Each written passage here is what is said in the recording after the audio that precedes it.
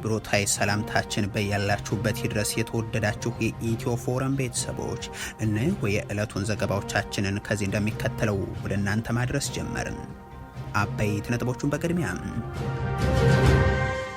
የጦር አመራሩና የብልጽግና ኃላፊዎች የተገደሉና የተማረኩባቸው ውጊያዎች መደረጋቸው ተሰማ።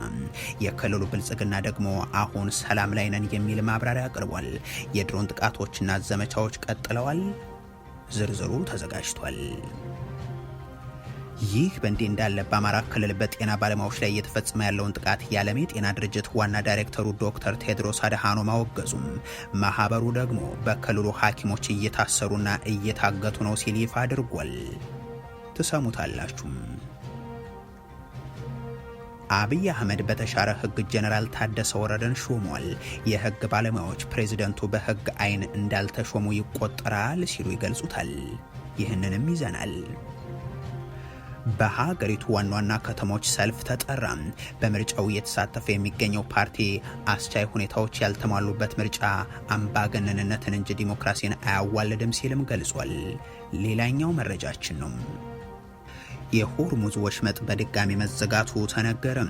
ኢራን የሁለት ሳምንቱ ስምምነት እየተጣሰ ነው ስትል ገልጻ አሁን ኳሷ በአሜሪካ ሜዳ ውስጥ ናት በማለት አሳውቃለች። ይህንን የገለጸችው እስራኤል በሊባኖስ ባደረሰችው ከባድ ጥቃት በአንድ ቀን ውስጥ በመቶዎች የሚቆጠሩ ሰዎች ተገደሉ ከተባለ በኋላ ነው። ይህ በእንዲህ እንዳለ የተባበሩት አረብ ኤምሬቶች ከስምምነቱ በኋላ ሚሳኤሎችና ድሮኖች እየተተኮሱብኝ ነው ስትል አሳውቃለች። የተወደዳችሁ የኢትዮ ፎረም ቤተሰቦች አብራችሁን ስትቆዩ እነዚህን እና ሌሎችን መረጃዎችን ታደምጣላችሁ። ሰናይ ቆይታ ይሆንላችሁ። የጦር አመራሩና የብልጽግና ኃላፊዎች የተገደሉበትና የተማረኩበት ውጊያ መደረጉ ተነገረም። የክልሉ ብልጽግና ደግሞ አሁን ሰላም ላይ ነን የሚል ማብራሪያ አቅርቧል። የድሮን ጥቃቶችና ዘመቻዎችን በክልሉ ቀጥሏል። አሁን ባለው ነባራዊ ሁኔታ አንጻራዊ ሰላም አለ ብሎ መውሰድ ይቻላል በብዙ አካባቢዎች ላይ። በዚህ የተነሳም ህዝቡ አሁን ባለው ነባራዊ ሁኔታ ከጊዜ ወደ ጊዜ በተረጋጋ መንገድ ስራውን እየሰራ ያለበት ሁኔታ አለ። እንዲህ ያለውን ንግግር እያደረጉ የሚገኙት የክልሉ የሚሊሻ ኮሚሽን ዋና ኮሚሽነር ናቸው። የህዝቡን ሰላም አምጥተናል እያሉ ህዝቡ ቀርቶ በርካታ የብልጽግና አመራሮችና የሚሊሻ አባላት ግን ዛሬ ብቻ ጎጃም ሰዴ ላይ ተገድለዋል። በአካባቢው የፋኖ ኃይሎች የከፈቱትን ዘመቻ ተከትሎም የወረዳ አስተዳደር ጽህፈት ቤትና ሌሎች ቢሮዎች አመራሮች አገዛዙ በቦታው ይገኙ ዘንድ ያስገደዳቸው እነዚህ ኢትዮጵያውያን የእርስ በርስ ጦርነቱ ሰለባ ሆነዋል። የባህር ዳር ሹማምንት ደግሞ ክልሉ ሰላም ነው ይላሉ። በዚሁ በጎጃም ሰዴ በነበረው ጥቃት 5 ብሬንና ከ100 በላይ ክላሽን ጨምሮ በርካታ ሺዎች ተተኳሽ 9 ተሽከርካሪዎችና በደርዘን የሚቆጠሩ የጸጥታ ኃይሎች መማረክን ጨምሮ በመቶዎች የሚቆጠሩ የመከላከያ የሚሊሻና የፖሊስ አባላት ደግሞ ስለመገደላቸው የፋኖ ኃይሎች ሪፖርት ያሳያል። ባህር ዳር የተቀመጡት ኮሚሽነሮች ደግሞ ዕለቱ ሰላም ነው ይላሉ። በዛሬው ዘመቻ ከተማረኩት ውስጥ የሰራዊቱ የመቶ አለቃ አመራር ጭምር የሚገኙበት በአንድ ቀን ልዩነትም ከመቶ አለቃም እስከ ልምድ ያላቸው ኮሎኔሎች ድረስ በሀገርም እጅግ ሊያገለግሉ የሚችሉ ሰዎች የተያዙበት ቢሆንም እነ ኮሚሽነር አስቻለ ላምሬ ግን ክልሉ ሰላም ነው ይላሉ። ዛሬ በሰሜን ወሎ ራያ ቆቦ ጀመዶ ማርያም ተብሎ በሚጠራው አካባቢ ትናንትም በዛው በሰሜን ወሎ ቀጠና ግዳን አስቂታ በተባለ ስፍራ የሚላላኩት የ4 ኪሎ አገዛዝ የክልሉ ወጣቶች የፋኖ አባላትን በድሮን ለጉዳት የዳረገ ቢሆንም በሁለቱ ወገን ያለ የክልሉ ህዝብ ሞትን የሰላም መገለጫ አድርገውም ያቀርቡታል። ምርጫውን ለማደናቀፍ የሚሰሩ ኃይሎችን የጸጥታ ኃይላችን አይታገስም የሚል መግለጫም የክልሉ መንግስት ያስከትላል። ለ3 ዓመታት ለተጠጋ ጊዜ እየተዋጉ የቀጠሉት በመታገሳቸው ምክንያት ይመስል እንዲህ ሲሉ ቢሰሙም የማይታገሱት ጥቃት ግን በምርጫ እንቅስቃሴዎቻቸው ላይ መድረሱ ቀጥሏል። በሰሜን ሸዋ ዞን ባሶና ወረዳ ልዩ ስሙ ረቡ ገበያ ተብሎ በሚጠራ አካባቢ የምርጫ እንቅስቃሴ ላይ የነበሩ የመንግስት ኃይሎች ላይ የተፈጸመ ጥቃትም ለዚህ አንዱ ማሳያ ነው።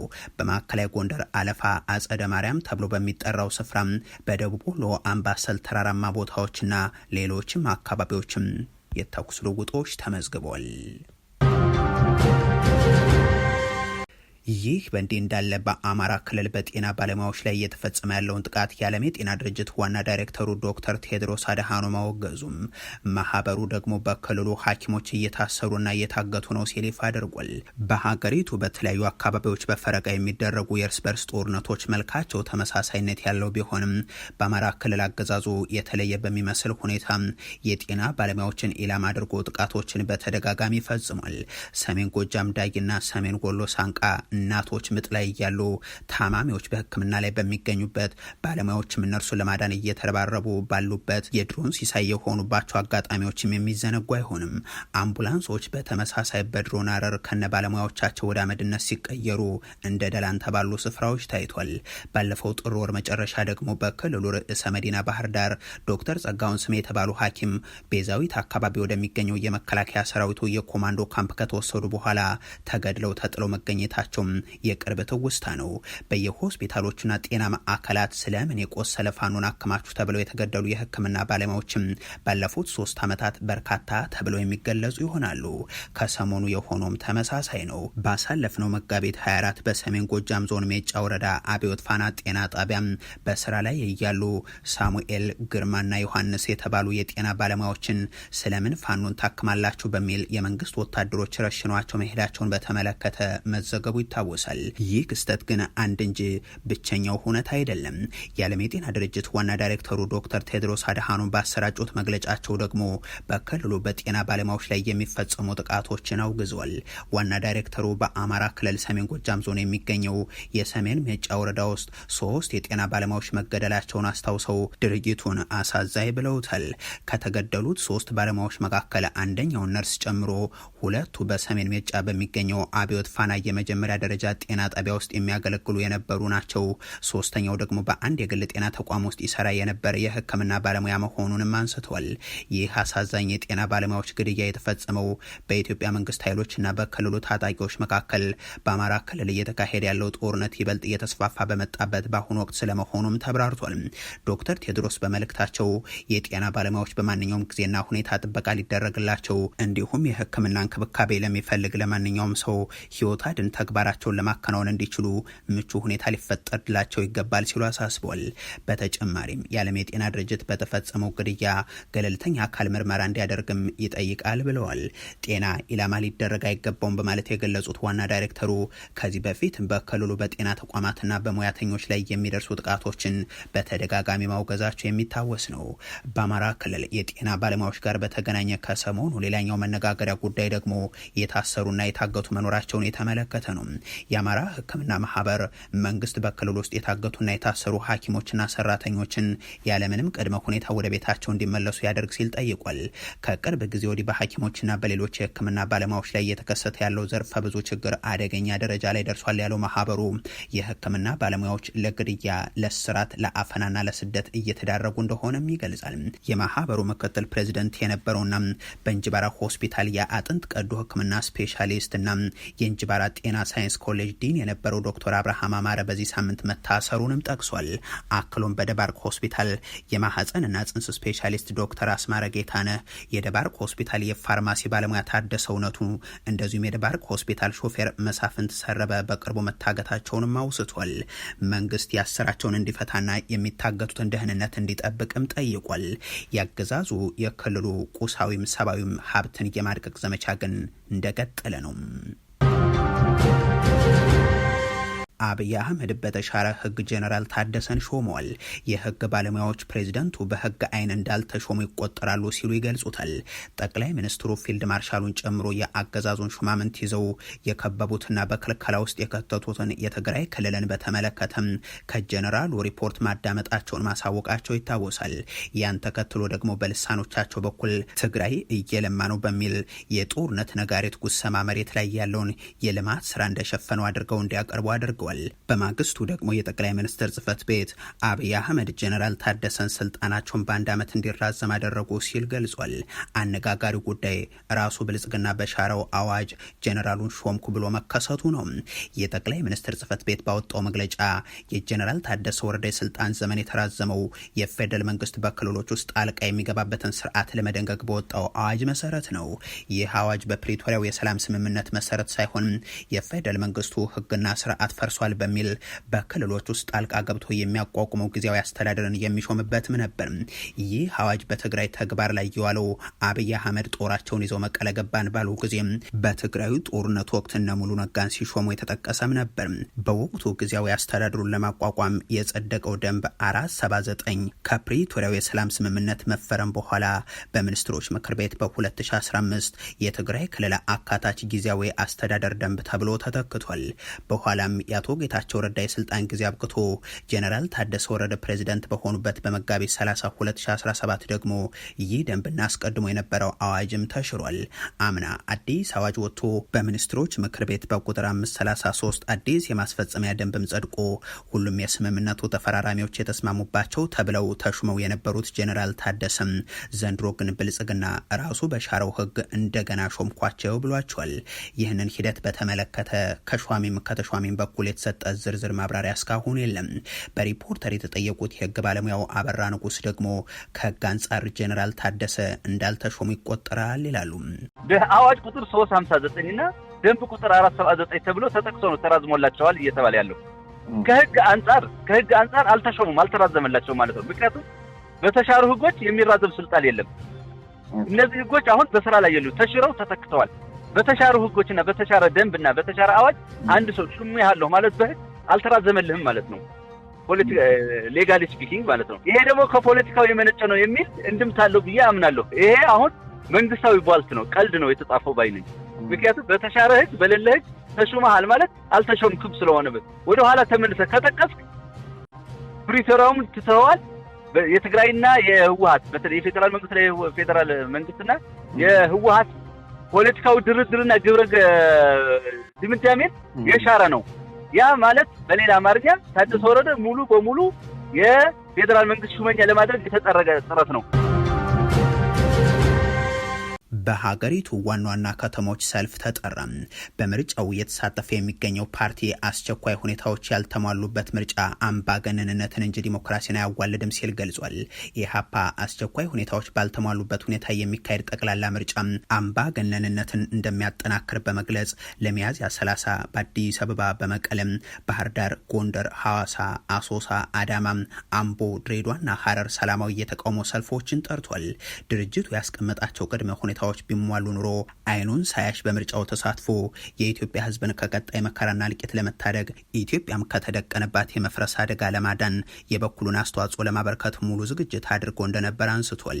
ነገር ግን ገዢው ብልጽግና ፍላጎቱ ዲሞክራሲያዊ ምርጫን ማካሄድ ሳይሆን ዛሬም ከተቻለ አታሎ አጭበርብሮና ሸውዶ አለበለዛም አፍኖና ጨፍልቆ ተመርጫለሁ ወቁሌ ለማለት ነው በማለት አክሏል። ጦርነት፣ መፈናቀል፣ የንጹሐን የጅምላ ግድያና እስር የኢትዮጵያ መልኮች በሆኑበት በዚህ ወቅት የሚካሄደው ምርጫ ለስርዓቱ ንጹሐንን በጅምላ መግደልን፣ ማሳደድህን፣ ዜጎችን በፖለቲካ ያመለካከታቸው ምክንያት በግፍ ማሰርህን ቀጥል ብሎ መፍቀድና የህዝቡንም ስቃይ ከማስቀጠል የዘለለ ትርጉም አይኖረውም ብሏል። ፓርቲው በአንዳንድ አካባቢዎች ላይ በሰራዊት ታጅቦ ምርጫ ለማድረግ መታቀዱም ብልጽግና ለቀጣይ 5 ዓመታት በኃይል በስልጣን ላይ ለመቆየት ያለውን ፍላጎት የሚያስረግጥ ነው የሚለውን በማከል የትግራይ ህዝብ ለሁለተኛ ጊዜ የማይወከልበት፣ የአማራ ህዝብ ብልጽግና በጀመረው ጦርነት ወላፈን እየተገረፈ በሚገኝበትና በማይወከልበት፣ በኦሮሚያ ክልል ውስጥ በበርካታ አካባቢዎች ለአመታት በጦርነት እየተማገዱ ባሉበትና ፖለቲካዊ መፍትሄም ባልተቀመጠበት የሚካሄድ ምርጫ ትርጉሙ እጅግ አደገኛና የሀገር አንድነትን ከመሰረቱ እንዲናጋ የሚያደርግ ነው በማለትም አትቷል። እናም አምባገነንነት ከህዝቡ ትከሻ ለማስወገድ የሚሻ ኢትዮጵያዊ ሁሉም በ10 ከተሞች በመጪው ሚያዝያ 30 በሚደረገው ሰልፍ ወጥቶ ድምጹን ያሰማ ሲልም ጥሪ ያቀርቧል። የንጹሃን ጭፍጨፋ እንዲቆም፣ የኑሮ ውድነቱን የዜጎችን ህይወት እያመሰቃቀለ ስለሆነ በአስቸኳይ እርምጃዎች እንዲገታም፣ የንጹሃን ዜጎች እስር፣ ማንነት ተኮር እስራቶች፣ ወከባዎች፣ ግድያዎች እንዲቆሙ፣ የዜጎች መፈናቀልና መባረር እንዲቆም፣ ሙስና፣ አድሏዊነትና አግላይነት እንዲወገዱ የሚሉ መልእክቶች እንደሚተላለፉ በማከል የሆርሙዝ ወሽመጥ በድጋሚ ተዘጋም። ኢራን የሁለት ሳምንቱ ስምምነት እየተጣሰ ነው ስትል ገልጻ አሁን ኳሷ በአሜሪካ እጅ ላይ ናት ብላለች። ይህንን ያሳወቀችው ደግሞ እስራኤል በሊባኖስ ባደረገችው ከባድ ድብደባ በአንድ ቀን ውስጥ በመቶዎች ሰዎች ተገደሉ ከተባለ በኋላ ነው። የተባበሩት አረብ ኤሚሬቶችም ከስምምነቱ በኋላ ሚሳኤልና ድሮኖች ተተኩሰውብኛል ስትል አሳውቃለች። ትናንት ዶናልድ ትራምፕ የዓለም ስልጣኔ ዛሬ ያበቃል በሚል ሰዓታት እየተቆጠሩ በነበረበት ወቅት በፓኪስታን በኩል በተደረገው ጥረት የተደረሰው ጊዜያዊ ስምምነት ለዓለም ተስፋን የሰጠ ነበር። ዛሬ እስራኤል ሊባኖስን ወደ ፍርስራሽነት ስትቀይር የዋለችበት ጥቃት ግን ሁኔታዎችን እየቀለበሰ ያለ ይመስላል። እስራኤል በሊባኖስ በፈጸመችው መጠነ ሰፊ ወታደራዊ ጥቃትም በዛሬው ዕለት ብቻ 254 ሰዎች ስለመገደላቸው የተለያዩ የመገናኛ ብዙሃን ዘግቧል። በሁለት ሳምንቱ ስምምነት መሰረትም ተከፍቶ የነበረው ሆርሙዝም አሁን እንደገና ተዘግቷል ስትል ኢራን አሳውቃለች።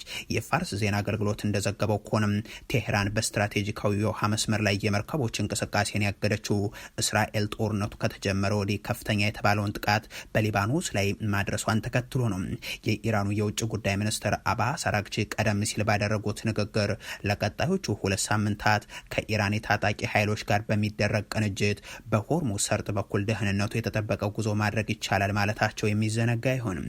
ስምምነቱን ያሸማገሉት የፓኪስታኑ ጠቅላይ ሚኒስትር ሻሪፍም የተኩስ አቁሙ ሊባኖስንና ሌሎች ቦታዎችን ያካትታል ብለው ነበር። የእስራኤል ባለስልጣናት ግን በሊባኖስ በሄዝቦላህ ላይ የሚካሄደው ዘመቻ የተለየ እንደሆነና እንደሚቀጥል ሲገልጹ ቆይተዋል። በአሜሪካና በኢራን መካከል የተኩስ አቁም ስምምነት መደረጉን ተከትሎ ማብራሪያ ያቀረቡት የእስራኤሉ ጠቅላይ ሚኒስትር ቤንያሚን ኔታንያሁም ሀገራቸው ገና የምታሳካቸው ተጨማሪ ግቦች እንዳሏትና በማንኛውም ጊዜ ወደ ጦርነት ለመመለስ ዝግጁ መሆኗን ተናግሯል። እስራኤል በማንኛውም ሰዓት አውዳሚ እርምጃ ለመውሰድና ወደ ጦርነት ለመመለስ ሙሉ ዝግጅት እንዳላት የገለጹት ኔታንያሁ ጣታችን አሁንም ቃታ ላይ ነው በማለት ጠንካራ ማስጠንቀቂያ አስተላልፈዋል። በሊባኖስ የተፈጸመው የዛሬው ድብደባ ከአሰቃቂዎቹ አንዱ ነው ተብሏል። የኢራን የውጭ ጉዳይ ሚኒስትር አባስ አራግቺ አሜሪካ ከኢራን ጋር ዘላቂ ተኩስ አቁም እንዲኖር ከፈለገች ግልጽ ምርጫ ማድረግ አለባት ይላሉ። አሜሪካ በተኩስ አቁም ወይንም ደግሞ በእስራኤል በኩል የሚቀጥል ጦርነት መካከል አንዱን መምረጥ እንዳለባትና ሁለቱ በአንድ ላይ ሊቀጥሉ እንደማይችሉም አራግቺ ገልጿል። አሁን ኳሷ በአሜሪካ ሜዳ ላይ ናት ያሉት ሚኒስትሩ ዓለም አቀፉ ማህበረሰብ አሜሪካ የገባችውን ቃል ትፈጽም ዘንድ በትኩረት እየተከታተለ መሆኑን ተናግሯል። በሊባኖስ እየደረሰ ያለው ግድያ የዓለም ሕዝብ እያየው መሆኑን በመጥቀስ አሜሪካ ለሰላም ቁርጠኝነት እንዲኖራትም ጠይቀዋል። የኢራን አብዮታዊ ዘብ ደግሞ የእስራኤልን ድርጊት የተኩስ አቁሙን ስምምነት ሙሉ በሙሉ ሊያፈርሰው ይችላል ሲል አስጠንቅቋል። አብዮታዊ ዘቡ ባወጣው መግለጫ በጥቃቱ የተገደሉትን ሰዎች ቁጥር 112 መድረሱን የሚገልጽ መረጃ እንዳለው ጠቅሶ ድርጊቱን ጭፍጨፋ ሲል ጠርቶታል። የኢራን ጦር ጥቃቱ በአስቸኳይ እንዲቆም አስጠንቅቋል። ጥቃቱ ካልቆመ ግን እስራኤል የምትጸጸትበትን ወታደራዊ ምላሽ በቀጠናው ላይ አወርዳለሁ ሲልም ነው የዛተው። እስራኤል በሊባኖስ ላይ የምትሰነዝረው ጥቃት ኢራንን በድጋሚ ወደ ጦርነቱ እንድትገባ የሚገፋፋ በመሆኑ ቀጣዮቹ ሰዓታትም ቀጠናው ወደ ሰላም ወይንስ ወደ ባሰ ጦርነት ይሄዳል የሚለው የሚለይበት እንደሆነ የበርካቶች እምነት ነው። ይህ በእንዲህ እንዳለ የተባበሩት አረብ ኤሚሬቶች 17 ባሊስቲክ ሚሳኤልና 35 ድሮኖችን አከሸፍኩ ብላለች። በኢራንና በአሜሪካ መካከል የ2 ሳምንት ተኩስ አቁም መደረጉ ከተገለጸ በኋላ ዛሬም የተባበሩት አረብ ኤሚሬቶች ጥቃት እንደተሰነዘረባትም አሳውቃለች። የሀገሪቱ የመከላከያ ሚኒስቴር ባወጣው መግለጫ በዛሬው ዕለትም ከኢራን የተነሱ 17 ባሊስቲክ ሚሳኤሎችና 35 ድሮኖች በአየር መቃወሚያዎቻችን ከሽፈዋል ይላል። በዚህም 3 ሰዎች መጠነኛ ጉዳት ሲያጋጥማቸው በአጠቃላይ ይህ ጦርነት ከተጀመረ ጊዜ አንስቶ የቆሰሉ ሰዎች ቁጥርም 224 መድረሱን አስረድቷል። እንደ መግለጫው በዚህ ጦርነት ኢራን ወደ ተባበሩት አረብ ኤሚሬቶች የተኮሰችው ጦር መሳሪያ በአጠቃላይ 537 ባሊስቲክ ሚሳኤል፣ 26 ክሩዝ ሚሳኤል እና 2256 ድሮን ነው። የተወደዳችሁ የኢትዮ ፎረም ቤተሰቦች ለዛሬ ያሉን መረጃዎች ይህንን ይመስሉ ነበር። አበቃን። ቸር ያሰማን።